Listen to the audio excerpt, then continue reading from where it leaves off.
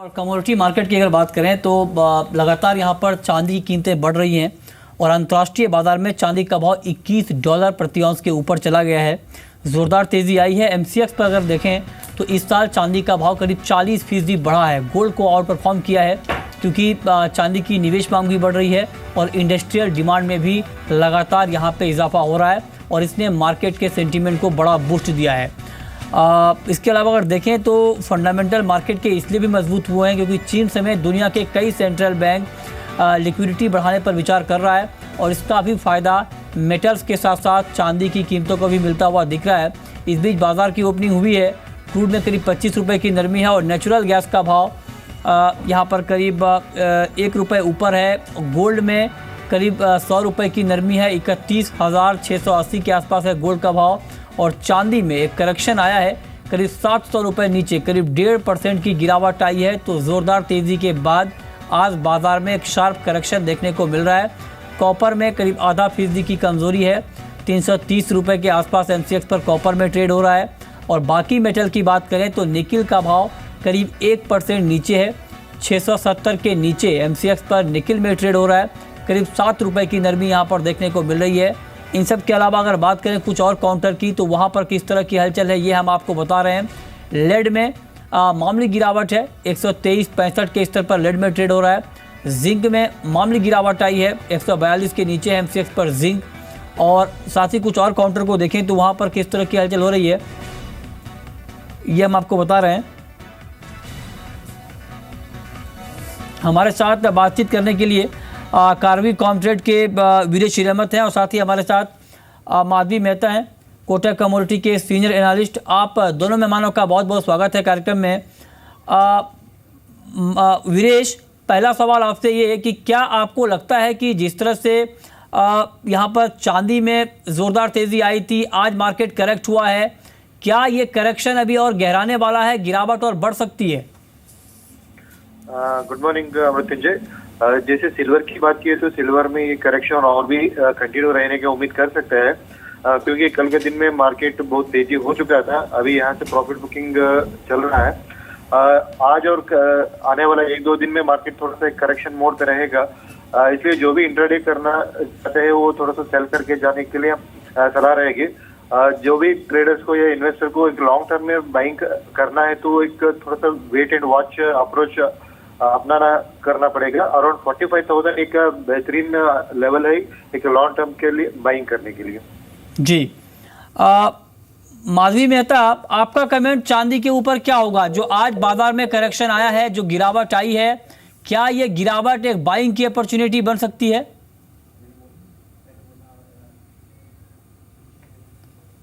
लगता है माधवी से हमारा संपर्क टूट गया है। अब बात करते हैं गोल्ड की। गोल्ड में आपका व्यू वीरेश, इंट्राडे के लिए क्या होगा? इंट्राडे ट्रेडर को आप गोल्ड में क्या सलाह देना चाहेंगे? क्या आपको लगता है कि गोल्ड में जो करेक्शन है ये टिकाऊ नहीं है, मार्केट एक बार फिर से रिकवर होगा, बाई करके चलना चाहिए? देखिए, इस हफ्ते ये शुक्रवार को एक important non farm payroll data आने वाला है यूएस से। वो एक इम्पोर्टेंट फैक्टर माना जाता है गोल्ड के मार्केट के लिए। जैसे इंट्राडे की बात की है तो मैं एक हायर लेवल में लगभग 31,750 या 31,760 लेवल में थोड़ा सा सेलिंग का रेकमेंड करूंगा। आज के लिए इंट्राडे के लिए टारगेट रहेगा 31,400 का और स्टॉप लॉस मेंटेन करना चाहिए 31,900 का। ठीक है, आगे बढ़ते हैं, बात करते हैं अब कच्चे तेल की। और क्रूड की बात करें तो ब्रेंट क्रूड का भाव $50 के नीचे फिसल चुका है। करीब 1% की गिरावट है। WTI क्रूड का भाव 48 के करीब है। ब्रेग्जिट के बाद ग्लोबल इकोनॉमी को लेकर जिस तरह से चिंता बनी हुई है, इससे क्रूड की डिमांड घटने की आशंका है और JP मॉर्गन ने भी कहा है कि कच्चे तेल की कीमतों पर दबाव बना रहेगा। वीरेश, ऐसे में इंट्राडे ट्रेडर को आप क्रूड में क्या राय देना चाहेंगे? डेटा आया हुआ है, जून महीने में उनका प्रोडक्शन थोड़ा बढ़ा है और सबसे बड़ा इम्प्रूवमेंट हुआ है नाइजीरिया से।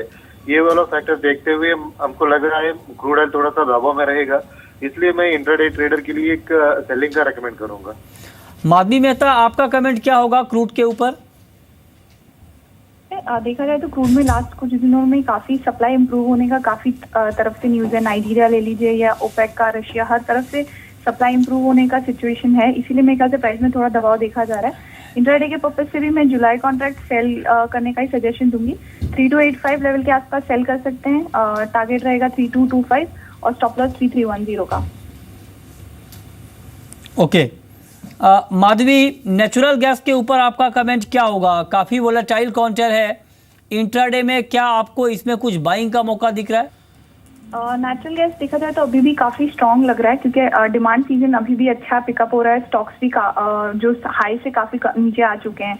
इसके रहते मुझे लगता है कोई भी डिप पर बाई करना चाहिए। इंट्राडे के लिए भी 194 के आसपास बाई करके चल सकते हैं। 198 का टारगेट रहेगा और स्टॉप लॉस 192 के आसपास मेंटेन कर सकते हैं। विदेशी रहमत, मेटल काउंटर पर आपका कमेंट क्या होगा? मेटल में भी हाल के दिनों में तेज़ी आई थी क्योंकि चीन में आर्थिक राहत के हालात यहाँ पर बनते हुए दिख रहे थे। क्या आपको लगता है कि मेटल में कुछ ऐसे काउंटर होंगे जहाँ पर इंट्राडे में ट्रेड करना बेहतर हो सकता है? पूरा मेटल कॉम्प्लेक्स देखें तो मेरे को कॉपर और एल्यूमिनियम थोड़ा सा अच्छा लग रहा है सेलिंग करने के लिए। जैसे आपने कहा था चीन का डेटा खराब आया, उसके चलते हुए कॉपर में थोड़ा सा दबाव रहेगा, उसमें भी सेलिंग करके जा सकते हैं। दूसरा काउंटर रहेगा एल्यूमिनियम। एल्यूमिनियम एक पोजिशनल ट्रेड के दौर पे हमको सेलिंग करना चाहिए लगभग 111 का लेवल पर। 107 का टारगेट होगा और 113 का स्टॉप लॉस मेंटेन करना चाहिए। ओके, करेंसी मार्केट पर माधवी आपका व्यू क्या होगा? क्योंकि डॉलर दबाव में है बास्केट ऑफ करेंसीज के मुकाबले, रुपए के ऊपर आप क्या इम्पैक्ट देख रही हैं? रुपी ने काफी अप्रिसिएशन देखा है लास्ट वीक पूरा इक्विटी मार्केट के रैली से। आई थिंक आज अगर इक्विटी थोड़ा करेक्ट हुआ है तो रुपी थोड़ा प्रेशर में रह सकता है।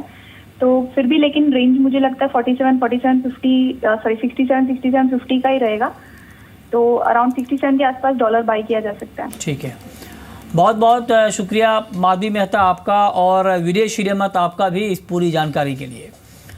लेकिन अगर आप पोजिशनल ट्रेड करना चाहते हैं तो आपके लिए एल्यूमिनियम एक अट्रैक्टिव काउंटर होगा। 111 के स्तर पर आप बिकवाली करें 107 के टारगेट के लिए और 113 के स्तर पर आप स्टॉप लॉस लगा सकते हैं। ये लक्ष्य आपको 4 से